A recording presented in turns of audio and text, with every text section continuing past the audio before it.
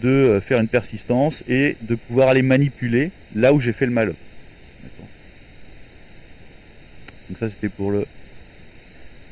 Donc maintenant on va passer à un nouveau chapitre, puisque c'est les pointeurs c'était facile. Donc là on va faire les structures et définitions de type.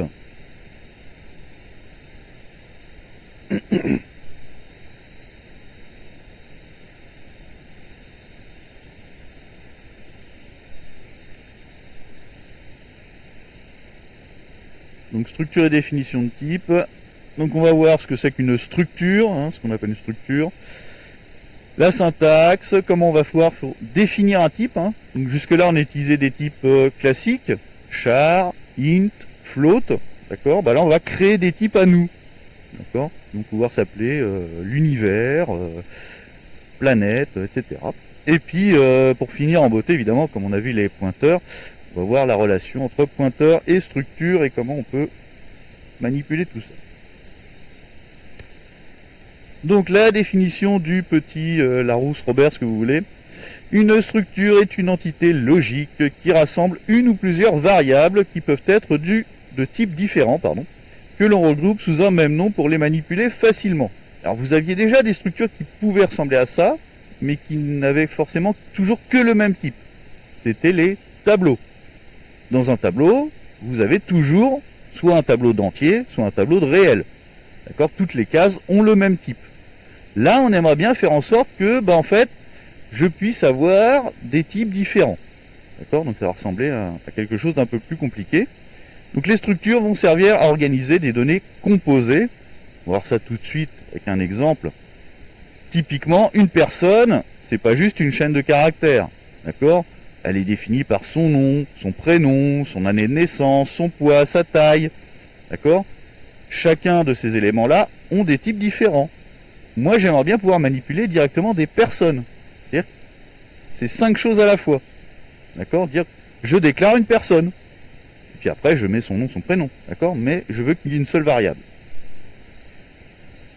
Donc là, typiquement, le nom, c'est une chaîne, le prénom aussi, l'année de naissance, c'est un entier. La taille et le poids sont des réels. Comment on ferait actuellement ? On ferait un programme comme ça. Ici, par exemple, Robert Bidochon, qui est né en 1954, qui fait 1m65 pour 75,3 kg, dont l'IMC, si vous avez fait le TD, vous savez.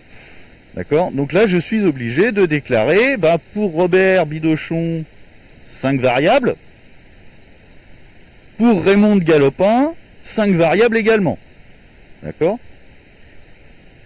Et puis, je dois mettre à jour chacune des variables. Donc si je veux manipuler juste Robert, il faudra que je manipule 5 variables d'un coup. C'est pas très pratique et ça fait des programmes très très longs. Donc l'idée c'est de pouvoir avoir une variable qui contiendrait nom, prénom, année, taille, poids. D'accord ? Et puis j'accède à chacun de ces champs avec un seul nom de variable. Donc 5 variables à utiliser, pas pratique évidemment. Évidemment, il faut des noms différents, donc c'est vraiment pas l'idéal. Donc la structure, comment ça va se présenter au niveau syntaxique ? Donc il va y avoir un mot-clé qui va être struct, d'accord ? Struct suivi du nom de la structure. Donc là, par exemple, ça pourrait être struct personne.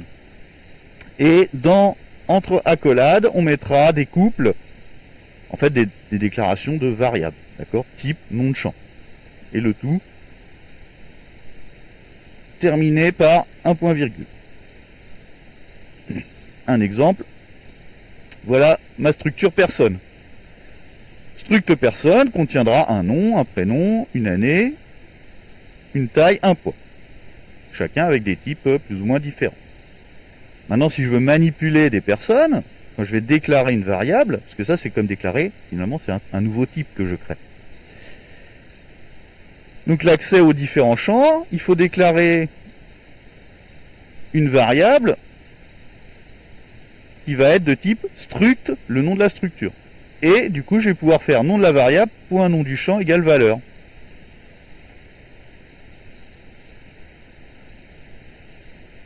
Donc ici, déclaration d'une variable, nom de variable de type struct, nom de la structure.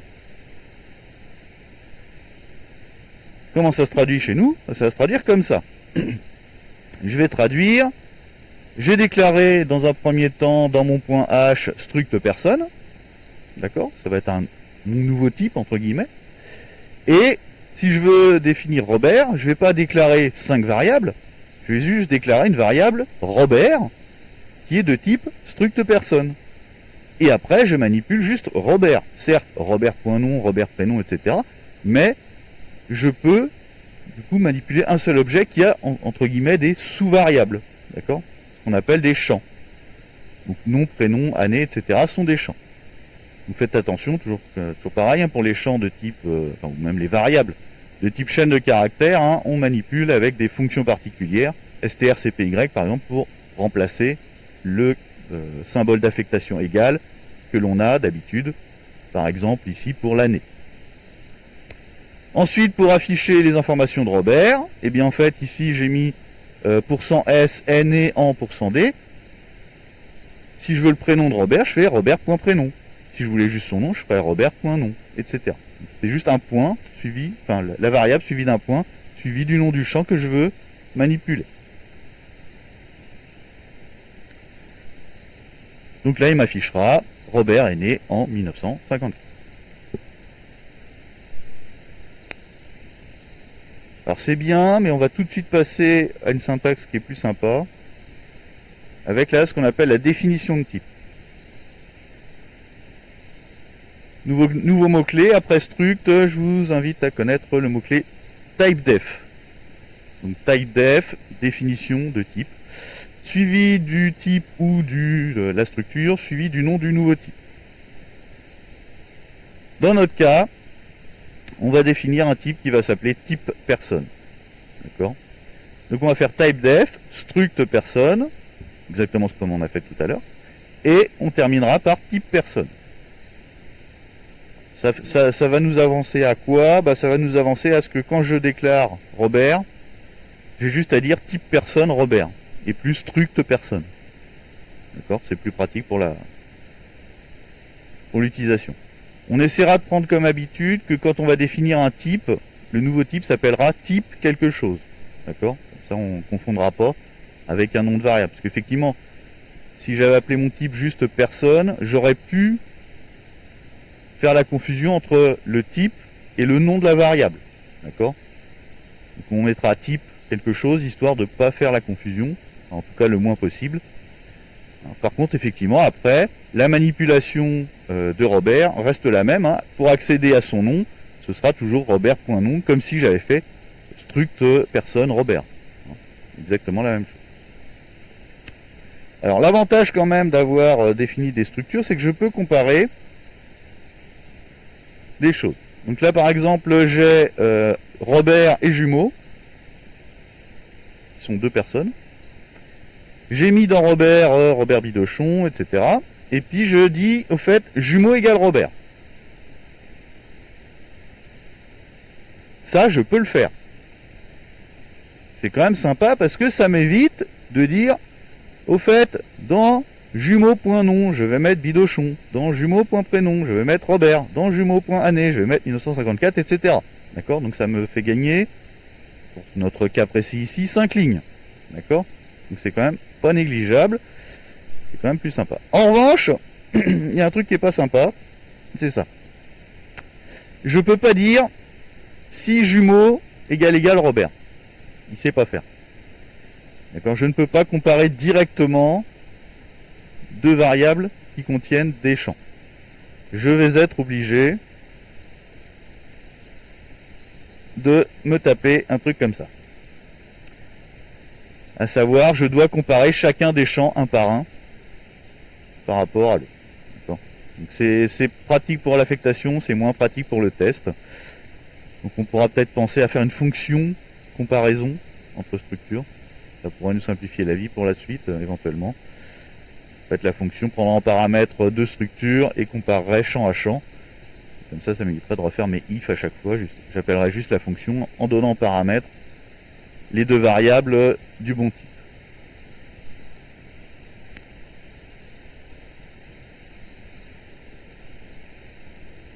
Alors certes, j'ai défini un type. Si j'ai défini un type, je peux définir des pointeurs sur le type. D'accord, on a vu comment définir des pointeurs sur des entiers, sur des chars. Bah, en fait, on peut définir des pointeurs sur des structures aussi.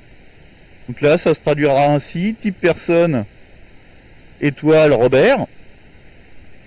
Dès l'instant où vous déclarez un pointeur, si vous voulez manipuler le contenu, il faut réserver la place, donc vous aurez un malloc. Donc la structure restera la même au niveau syntaxique.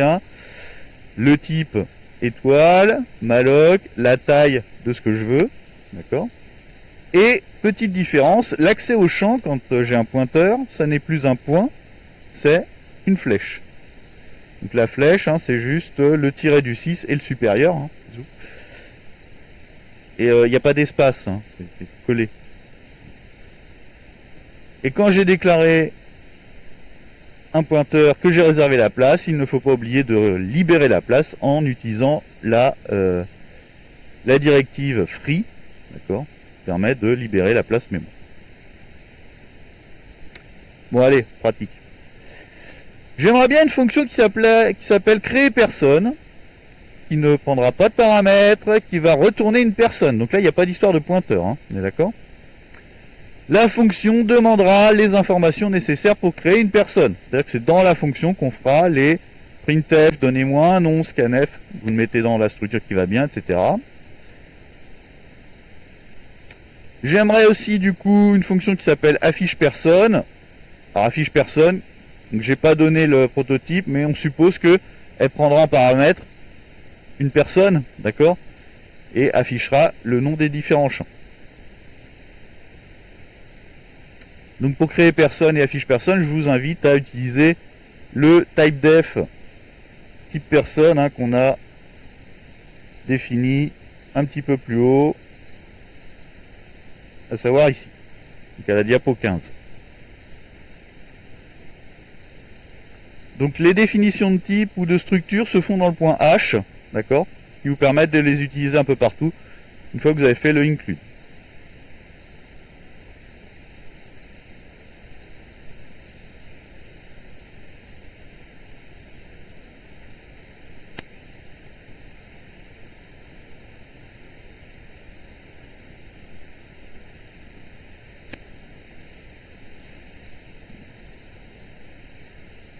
Vous avez des questions de ce côté-là, non?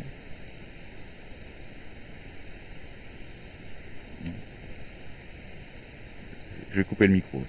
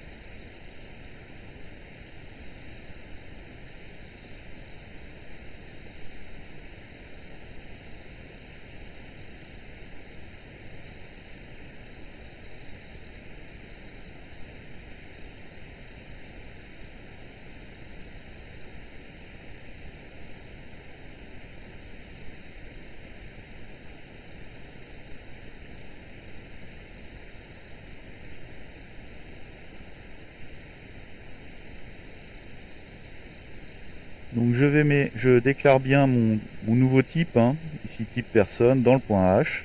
Comme ça il sera utilisable partout ailleurs où j'aurai inclus ce fameux point H. Donc on nous demande une fonction qui s'appellera créer personne,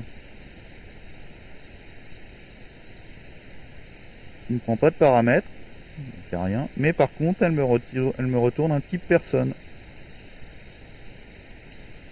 Donc elle aura ce prototype là. Ne prend pas de paramètres et retourne une personne. Donc la fonction aura ce type. Du coup, au niveau de la fonction elle-même,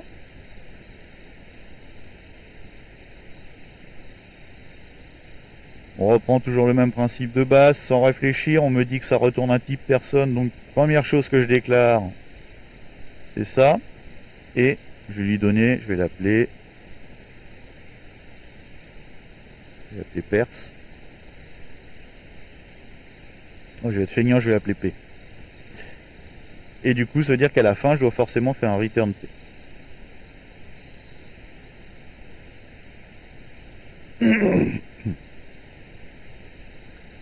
Donc on a dit que pour une personne, on avait nom, prénom, âge, poids, taille. Donc il faut demander toutes ces informations-là à l'utilisateur.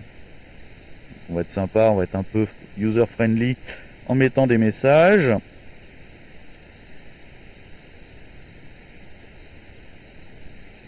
Je vais donner un nom.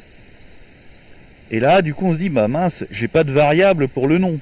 En fait, vous en avez une puisque vous avez P qui contient l'ensemble de toutes les variables. Donc il suffira de lui dire scanf. Donc ici c'est une chaîne et je veux le mettre où? Je veux le mettre dans P. Et là, si vous êtes simple, si vous regardez bien, l'outil est sympa, il vous propose. Moi, je vais mettre ça dans nom. Il n'y a pas le et commercial parce que c'est une chaîne de caractères. D'accord?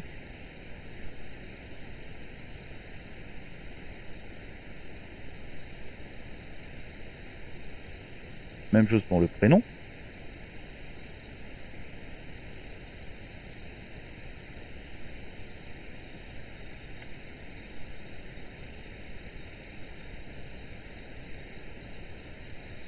C'est pas l'âge, c'est l'année de naissance, c'est ça?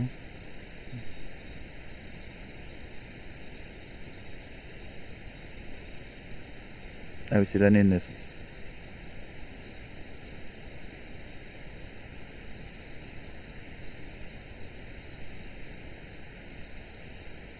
Donc l'année, c'est un entier, %d, et attention, ça n'est pas une chaîne, donc il faut bien remettre le et commercial devant, comme devant toute variable qui n'est pas une chaîne. Donc il nous restera le poids et la taille.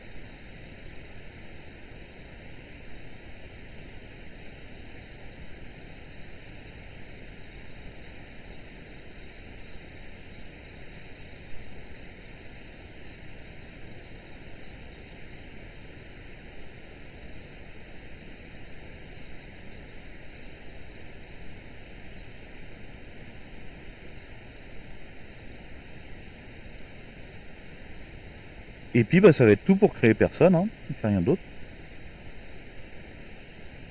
D'accord, je demande le nom, le prénom, l'année, le poids, la taille.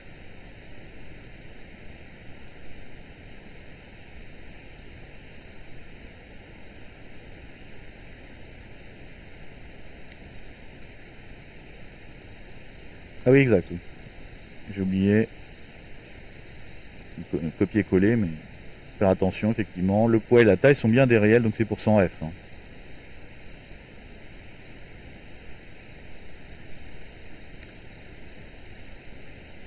Donc, vous voyez le principe, pas très très compliqué. Et puis ici, bah, en fait, on va pouvoir du coup faire... Donc j'ai besoin de une fonction. Cette fonction me retourne un type personne, donc il me faudra un type personne ici, que je vais appeler Robert d'ailleurs. J'aime bien Robert. Et puis je vais dire Robert. et ben, il est égal à créer personne.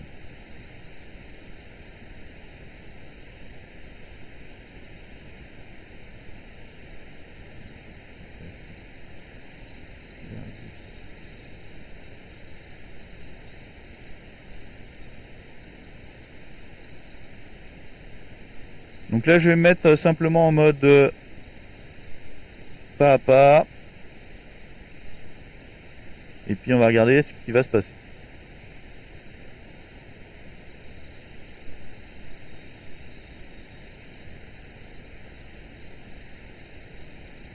Donc quand j'arrive ici, quand je regarde mes variables, Robert ne contient rien de bien intéressant, surtout il contient beaucoup de n'importe quoi.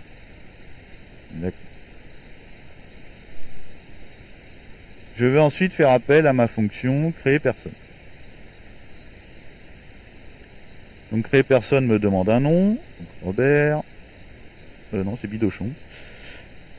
Bidochon, prénom Robert, année 1954, le poids, je sais plus, comme ça, et la taille 1 cm. Donc là, j'ai fini ma fonction, il m'a retourné Robert, et donc quand je reviens sur ici mes différentes variables, et bien j'ai bien dans le nom Bidochon, dans le prénom j'ai bien le Robert, l'année est bonne, la taille également, ainsi que le poids.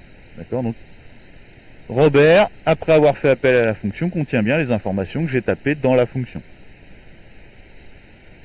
Bon, c'est sympa, mais du coup, moi j'aimerais bien les afficher. Donc il me faut la fonction que j'ai appelée affiche personne.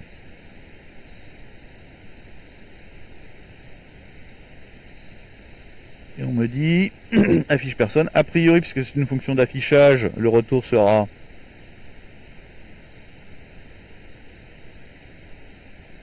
est-ce qu'elle retourne quelque chose puisqu'elle affiche? Non, donc ce sera void.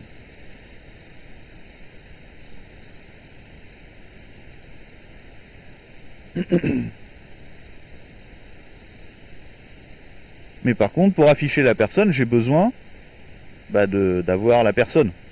D'accord?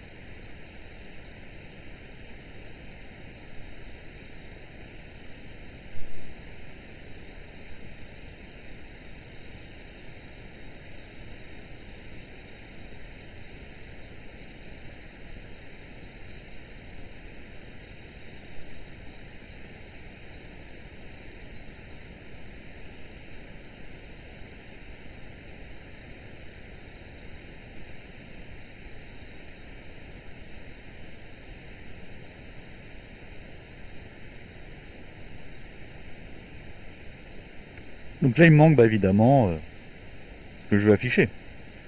Donc, a priori, le nom, ce sera une chaîne. Pour le prénom, ce sera également une chaîne.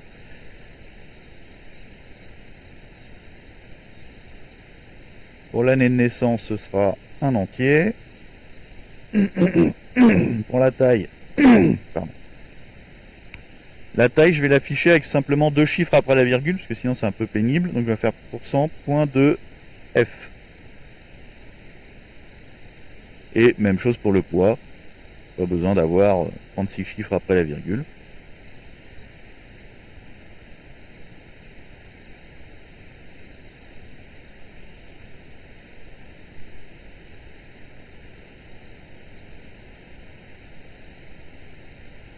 À vous de trouver ce qu'il faut mettre là. Je vais chercher un peu. Donc affiche personne, tout le monde avait trouvé que ici il suffisait d'utiliser le paramètre ici qui s'appelait P et je fais p.nom. Alléluia, ça m'affiche le nom. Pareil pour le prénom.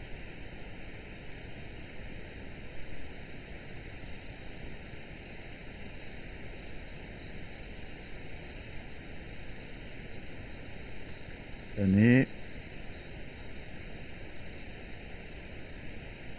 La taille. Et le poids. Donc après il me suffit de faire appel à afficher personne en lui passant en paramètre Robert. Il devrait me réafficher les informations concernant Robert.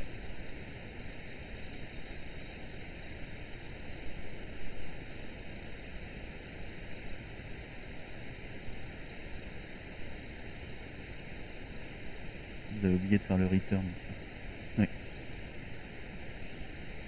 Donc, si vous ne retournez pas ce que vous venez de créer, en fait, forcément, non. Non.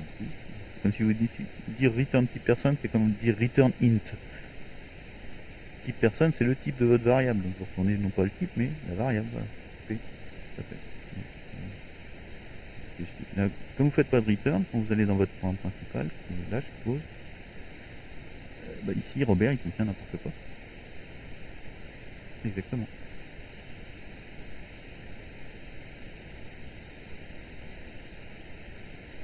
Oui, parce que en fait c'est pas une erreur, c'est un warning. Il vous dit attention, vous avez mis D qui vous permet d'afficher des entiers qui sont pas positifs.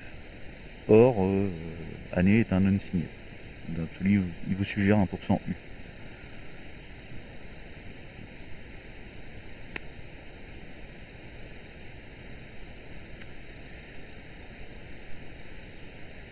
Donc erreur classique, mais qui n'est pas liée aux structures elles-mêmes, hein, c'est oublier de faire le return P ici par exemple, d'accord.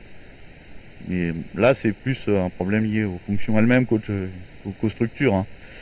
Donc si vous faites pas le return, du coup quand vous faites l'appel ici, en fait comme il ne retourne rien, la variable contient n'importe quoi, d'accord. Du coup ça n'affiche pas ce que vous voulez. Donc on vous disait créer une fonction qui s'appelle créer personne PTR. Il va ressembler furieusement à créer personne.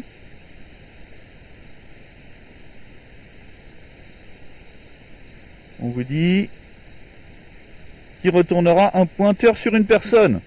Donc la grosse différence, attention, c'est que c'est pas type personne, mais type personne étoile.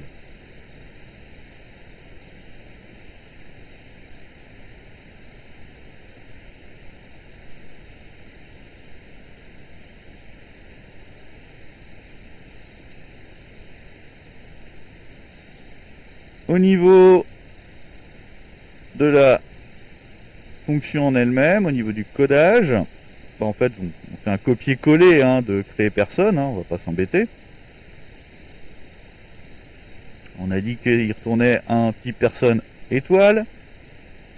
Donc je dois déclarer non pas un type personne, mais un type pointeur, enfin un type personne étoile. Et c'est là que tout change, puisque effectivement au lieu de P point, je vais avoir un P flèche.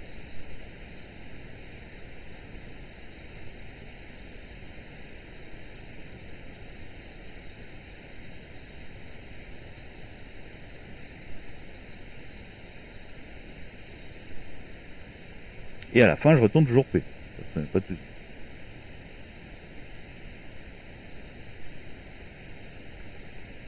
Il me manque quand même un truc impératif, c'est j'ai déclaré un pointeur. Un pointeur c'est quoi? C'est juste une adresse. Donc il m'indique la zone mémoire où devraient se trouver les informations.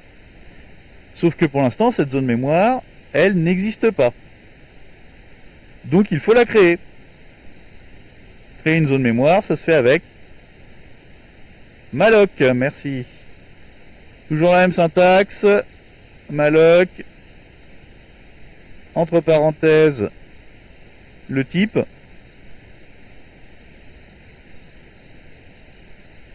suivi de malloc, suivi de la taille, donc le nombre d'octets que je veux réserver, d'accord. Donc avoir la taille d'un type, une fonction magique, sizeOf. Et je veux la taille de quoi? Je veux la taille d'un type personne, hein, d'accord? Parce que l'idée c'est quand même de stocker une personne.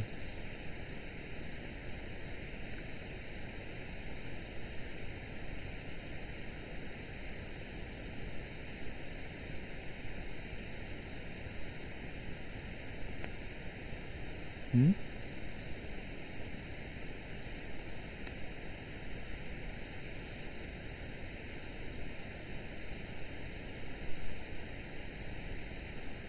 Ok, et puis il me faut la fonction, oui.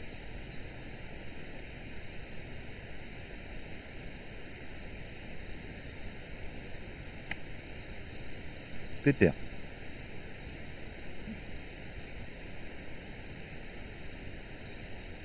Oui, c'est créer personne PT, hein, effectivement. Mais sinon vous aurez deux fonctions créer personne et il va pas être content.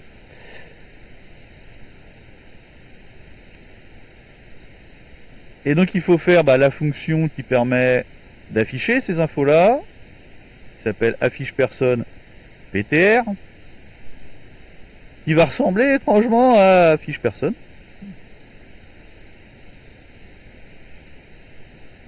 Sauf que en paramètre, elle va prendre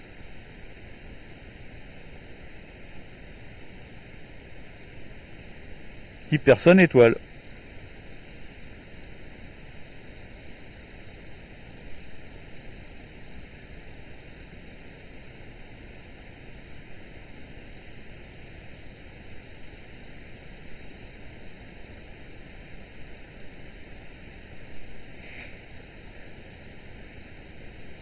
Ou de malchance, c'est le choix.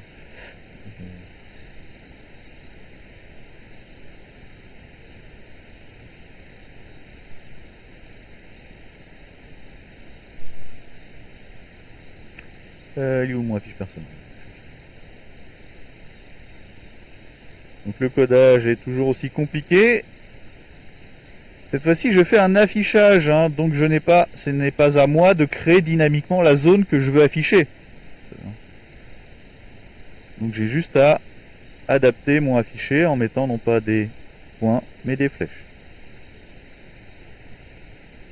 Hein, je vous rappelle, hein, un paramètre est considéré comme étant une variable correctement initialisée. C'est-à-dire que tout existe, c'est pas à moi de le tester, c'est encore moins à moi de réserver la place pour ça. D'accord? Donc si on me passe un pointeur, ça veut dire que la zone pointée est forcément correcte, c'est pas à moi de vérifier que c'est OK. Donc au niveau de l'utilisation,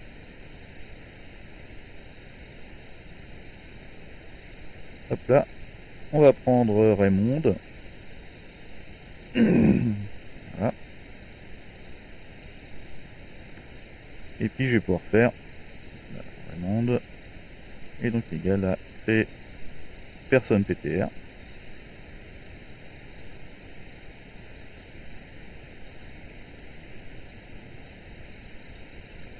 Mais je peux m'amuser aussi à utiliser cette même fonction en lui passant non pas Raymond, mais l'adresse de Robert.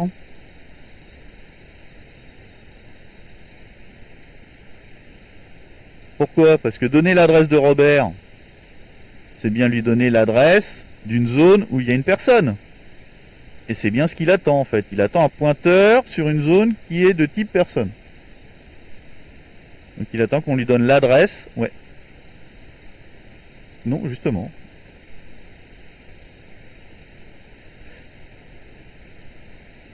Il attend bien l'adresse où se trouve Raymond. Il attend pas Raymond elle-même.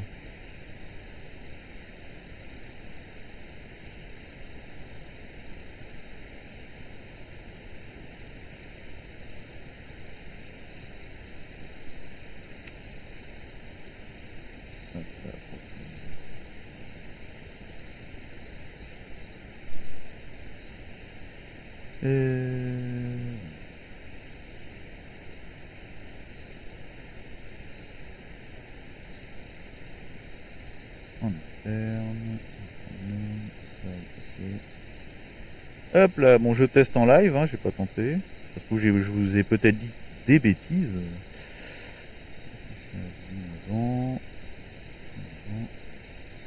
Donc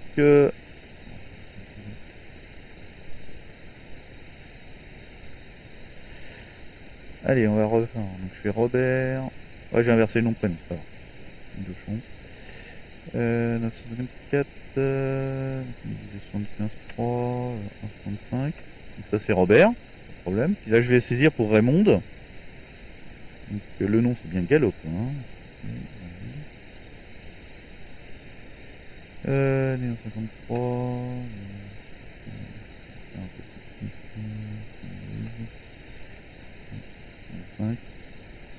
Et là je devrais avoir normalement l'affichage de Raymond et de Robert. Et ça marche. Donc j'ai bien Raymond Galopin que je viens de saisir et Robert Bidochon.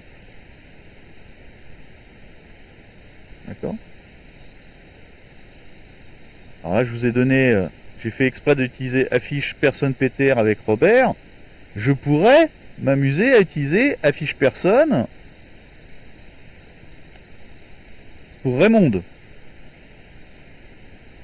Donc qu'est-ce que je devrais lui passer si je veux afficher Raymond avec juste affiche personne?